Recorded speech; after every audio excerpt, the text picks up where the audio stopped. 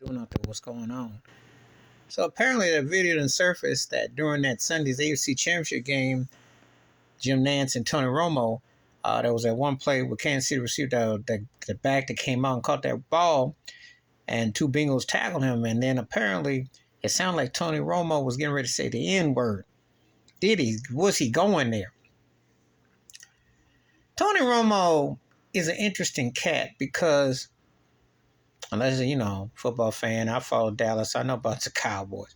Romo is everything Dak Prescott ain't that Jerry Jones loved. Romo was a gunslinger. He was romanticized. It's almost like he could have been one of those cats that hung out with Leonardo DiCaprio and Tobey Maguire and them cats.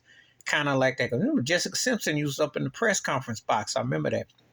And Romo was chasing the chicks, throwing the picks. That's pretty much how I would describe him, chasing the chicks, throwing the picks. I remember the game against Denver when Peyton Manning came to town. That was a wild game, and he threw that bad interception. And the one time he had that moment against Green Bay when he hit Dez Bryant, that ball, that's what started coming down with the catch. And that was the one thing that worked against him. He only won 2 playoff games, and you still remember the one in Seattle when he botched the extra field goal.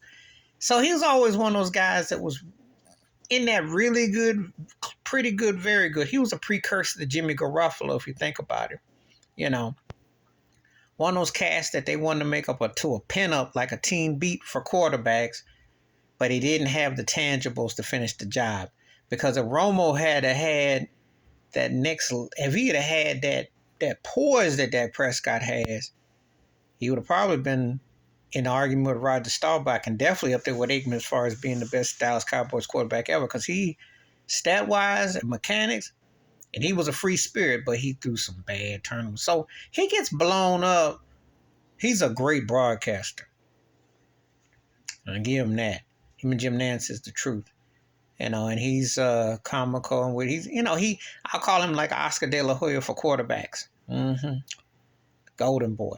But his NFL career, he wasn't no Hall of Famer, and they've been romanticizing him, so that's a bit much. But anyway, with this thing, and see, he is kind of, I don't know what his political agenda is, but he's got that DeSantis, Ted Cruz thing where he is Mexican descent, but he's white enough and he's accessible enough where Jerry Jones likes him, and they feel good about him.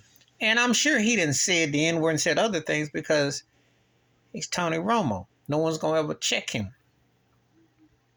He caught himself, though. He caught himself. And some think that could have been of his career if he gets caught saying it. Some people downplay it. I don't downplay it.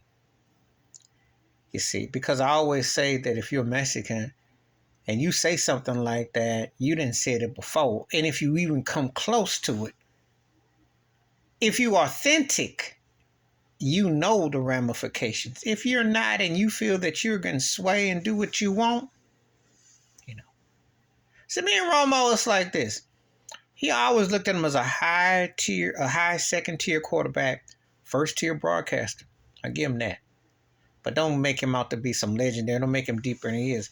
And don't let him off the hook if he does this. Some people say that within the black culture, people have been too comfortable with letting people say things. I agree.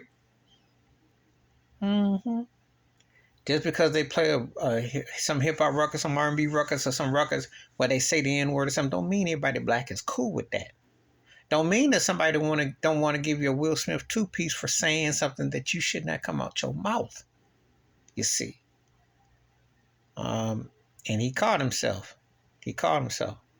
Just like I want to say I was watching that chick on ESPN, and she was saying the New York Knicks, and I think she was getting ready. She caught the ends. Nobody can help me out with that, but it happens. They get comfortable because they say, "Well, I listen to these rappers. I listen to what y'all say." Who is they? Who are you listening to? Everybody black doesn't utter that. Everybody black don't condone that. And he was skating close. But anyway, Please hit like, subscribe, welcome thoughts and comments, and I do respond. Thank you. Wash your hands, keep your mind clear, watch out for another, and share the video if you want to. And it was close that he sounded like he was going there. He didn't, and we won't ever know. And he won't admit it because he plays politically smart. And he is very smart. And he definitely got hooked up to, now he definitely had white privilege through Jerry Jones to get that job, because Jerry Jones wasn't in the back. Remember, that's how Dak Prescott got his job. And Tony took that job. It was a feel out. So he got a hookup. He played the game. I'm out.